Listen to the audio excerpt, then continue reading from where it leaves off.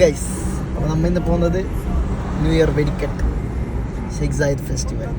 അപ്പോൾ മണി 9:50, നല്ല ട്രാഫിക് ഉണ്ട്. എത്തുന്നത് 10:30 കഴിഞ്ഞിട്ട്. എത്ര മണിക്ക് എത്തുമെന്ന് മുകളിലേക്ക് കയറുന്നത് അള്ളാഹു അഅലം.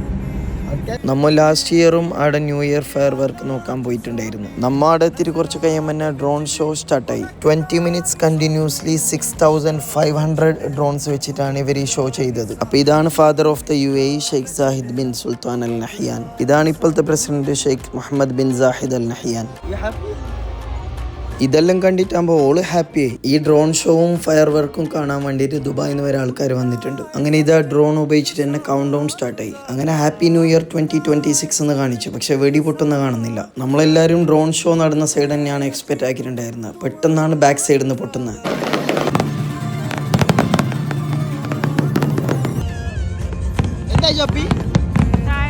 എന്താ തീരുന്നില്ലേ? 12:30.